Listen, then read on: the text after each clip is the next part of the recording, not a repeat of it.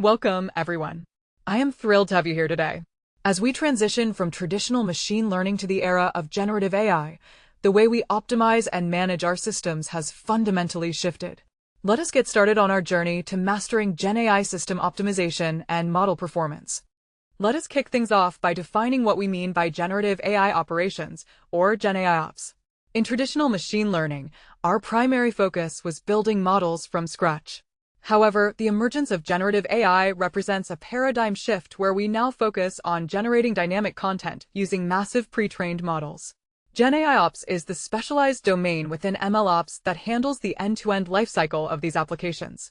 Why is this critical? Because without a structured approach, you risk deploying applications that are unpredictable, expensive, and slow. How do we manage this? We adopt an iterative lifecycle consisting of exploration, building, and operationalization. In our deep dive, you will see that we are no longer just sharing data and environments. We are actively managing language models, agents, plugins, and prompts. This requires a completely new toolkit and mindset to ensure our systems remain robust. Looking at this flowchart, you can clearly see the fundamental shift we are discussing. On the top path, traditional MLOps points directly toward model creation, which used to be our primary bottleneck. On the bottom path, GenAI ops points toward content generation. This new path is cyclic. We move from the explore phase, where we define our business needs and design the architecture, directly into the build phase. In the build phase, we iteratively develop the application to meet strict quality and safety targets. Finally, we reach the operationalize phase, deploying the application for real-world use. Notice how these stages form a continuous loop. Every time we update a prompt or change an API, we flow right back through this pipeline. This visual represents the heartbeat of modern AI engineering. Now that we understand the GenAI ops lifecycle, we need to look at the three pillars of optimization: quality, cost, and performance. Think of these as a delicate balancing act. Quality encompasses metrics like intent resolution, relevance, and groundedness. Cost is directly tied to token usage and model pricing, which can escalate quickly at scale. Performance is all about the user experience, measured in end-to-end response time and time to first token.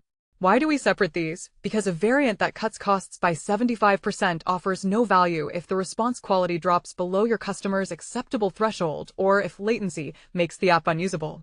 How do we manage this balance? We define strict, objective success criteria for each of these pillars before we even begin experimenting. Delving deeper, you must understand that your prompt length directly impacts these metrics. Verbose input tokens increase costs, while lengthy output tokens severely degrade response speed.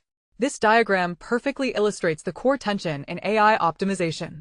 At the top, we have our overarching optimization goal.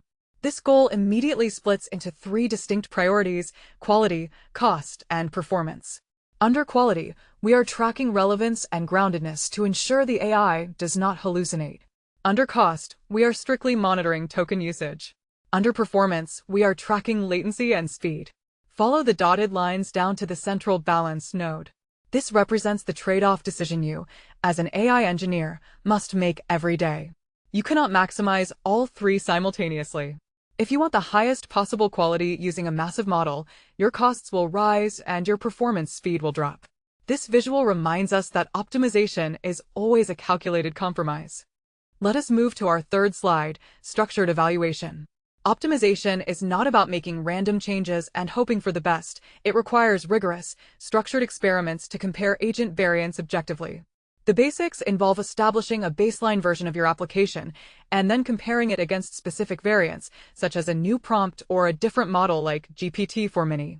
Why is this rigor necessary? Because without clear metrics and controlled experiments, optimization becomes pure guesswork, wasting time and resources. How do you execute this? You must isolate your variables. Change only one thing at a time, run the variant against a standardized set of test prompts, and use evaluation rubrics to eliminate human bias. Diving into the advanced execution, you must test iterator reliability. If your human evaluators are interpreting the scoring rubrics differently, your foundation for optimization is fundamentally flawed. Here is the blueprint for a structured experiment. On the left, we have our baseline agent and our newly created variant running simultaneously. Both of these are fed into the exact same standardized set of test prompts. From there, the outputs flow into our evaluation rubric. This step is critical because the rubric standardizes how we judge the output, stripping away subjective bias. The rubric outputs two distinct metrics, the baseline score and the variance score. Finally, these scores converge at the compare and decide node. By structuring your pipeline exactly like this diagram, you isolate your variables. If the variance score is higher, you know with absolute certainty that your specific prompt or model change caused the improvement. Our fourth slide tackles prompt versioning and Git-based workflows. You must treat your prompts as production-critical code assets. The basics are simple. Store your prompts in GitHub, isolate your experiments in dedicated branches, and enforce peer reviews via pull requests. Why do we enforce this? Because a single, untracked word change in a prompt can alter how thousands of users experience your system, leading to silent degradation and environment drift. In a crisis, if you aren't versioning, instant recovery is impossible. How do we do it right? Create an experiment branch for your variant, run your evaluation scripts, and only merge to the main branch when the data proves it meets your quality thresholds. Our deep dive reveals that this DevOps approach ensures environment separation. Untested prompts never touch production, and you maintain a flawless audit trail of who changed what and why. If you are familiar with software engineering, this Git graph will look very familiar, but we are applying it specifically to AI prompts. We start on the main branch with our V1 production prompt. When we want to test a new instruction, we branch off into the experiment prompt branch. Here, we make our commits, first tuning the tone, then running our automated tests and evaluations. We only move forward if those evaluations pass. Once verified, we check out the main branch and merge the experiment, creating V2. We then immediately begin monitoring the new prompt in production. This visual demonstrates that prompt engineering is no longer just typing text into a playground. It is a highly disciplined, version-controlled engineering workflow. Slide 5 introduces automated evaluations. As your applications scale, you cannot manually read every AI response. Automated evaluation uses programmatic evaluators to run consistent checks across massive datasets. The basics involve using Python scripts and GitHub Actions to score hundreds of prompt scenarios in minutes instead of days. Why is this revolutionary? Because manual evaluation simply does not scale. Automation applies the exact same criteria every single time, blocking regressions before they hit production. How do you set this up? You run shadow ratings, comparing human scores to automated scores to ensure they correlate strongly. Once you hit a correlation of 0.7 or higher, you fully automate the pipeline. For a deep dive insight, your automated tests are only as good as your dataset. Ensure your test data is composed of 60 to 70% common queries, mixed with strategic edge cases and adversarial attacks to stress test your system's safety boundaries. This sequence diagram maps out a fully automated quality gate. It starts when a developer pushes a prompt change to GitHub. GitHub automatically triggers a batch evaluation using the Foundry SDK, running the new prompt against our carefully curated test dataset. The SDK crunches the responses and sends the evaluation metrics back to GitHub. Here is where the magic happens. The system evaluates the metrics. If the scores exceed our predefined threshold, the pull request merges automatically. If the scores fall below the threshold, the deployment is blocked and the developer is alerted immediately. This visual proves that we can completely automate our AI quality control, entirely removing the risk of pushing degraded prompts to our users. On slide 6, we explore tracing for deep debugging. Monitoring tells you something is broken. Tracing tells you exactly where and why. Tracing captures the entire lifecycle of a request as it flows through your application. The basics rely on OpenTelemetry concepts. A trace is the full journey, a span is a specific operation like an API call, and attributes are the metadata, such as token counts. Why is this indispensable? Because GenAI workflows are highly unpredictable. Tracing isolates bottlenecks, showing you if the delay is in your database retrieval or the LLM's generation. How do we achieve this? We instrument our code using the Azure AI tracing package, sending all telemetry directly to Azure Monitor. In our deep dive, we see that spans are hierarchical. If an end-to-end trace takes 12 seconds, you can drill down and see that the actual model call took 2 seconds, but your custom JSON parsing logic took 10, allowing you to fix the real problem immediately.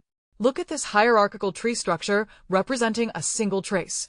The top node is the overall user chat session. This single session breaks down into 3 distinct operational spans: retrieving context, calling Azure OpenAI, and parsing the JSON response. By breaking it down, we isolate performance. Focus on the Azure OpenAI call span. Attached to it are critical attributes, the exact model used, the tokens consumed, and the duration of the call. If a user complains about a slow response, this diagram shows exactly how you investigate. You look at the trace, isolate the spans, and read the attributes. If the duration attribute on the API call is normal, you instantly know the problem lies elsewhere, perhaps in the JSON parsing span. Slide 7 brings us to continuous monitoring in production. Deploying a model is only the beginning. Continuous monitoring is how we observe real-time health, costs, and interactions. The basics involve tracking 4 key metrics: throughput, error rates, latency percentiles like P95, and token consumption.